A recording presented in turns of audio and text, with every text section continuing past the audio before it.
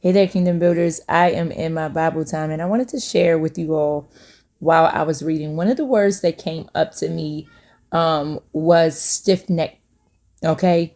And if you are in your word or have been in your word, we are familiar with that word because we were stiff-necked people and we needed a king and we needed this and we needed that, and so God gave us that, and that caused certain things to happen. And we were even talking about the people who didn't make it to the promised land and so much and so forth on. Okay, there's so much to say about it, but let me get into what stiff-neck is. Okay, so stiff-necked people, it's literally the word that is hard of neck. Like, seriously, hard of neck, right? And the the figure of that hard of neck may be taken from the word stubborn, to be stubborn. Oh my goodness, how many of us as believers even are stubborn? Like, sometimes we can be so stubborn and so ungrateful and so just so us, like, where we forget what God has done for us. Like, and because of that, it's like, well, I gotta have things my way or no way. And God's like, no, well, I would love to do this for you, but you keep getting in your own way and you want what you want. Trust me, I know I can relate to that personally because I've been there. And today this hit home on several levels because as I look across our nation and our world today, there are people that are still stiff-necked. There are people who are okay literally with still being in bondage. There are people who are okay with needing a God outside of the God source that has created them. Okay? And so that stubborn ox that refuses to submit to the yoke is us. It is so us because it's like submission is everything when it comes down to relationship with Yeshua. In order to get the things of God, you have to do things God's way. There is no way that you can obtain the blessings of God without doing it God's way, or even in a littlest sense of showing gratitude and appreciation for the things that He has done. That's a whole nother thing. And so I wanted to touch on that because we must do better in order for God to get the complete and full glory out of our lives. We got to do better. But let me read Deuteronomy 9:5. And it says, not for for thy righteousness, or for the uprightness of thine heart, doest thou go to possess their land.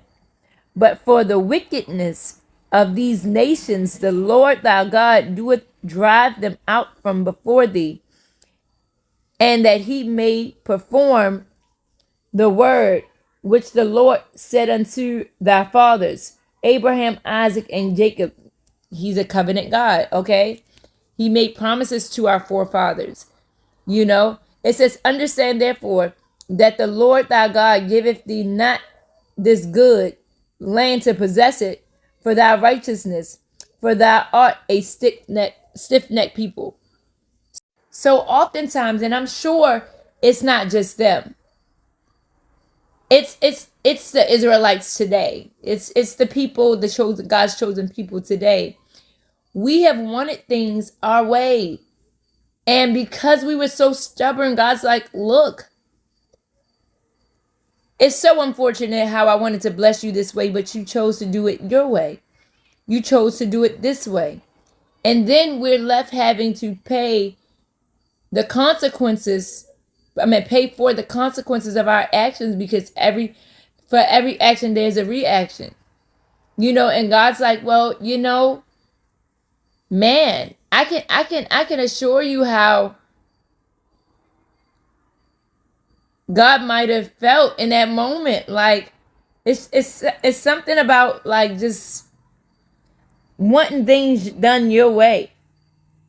So in Deuteronomy, God emphasizes the rebellion of the people. And it says, they had been rebellious against the Lord from the day that I knew. And so the thing about it is that was quite some time.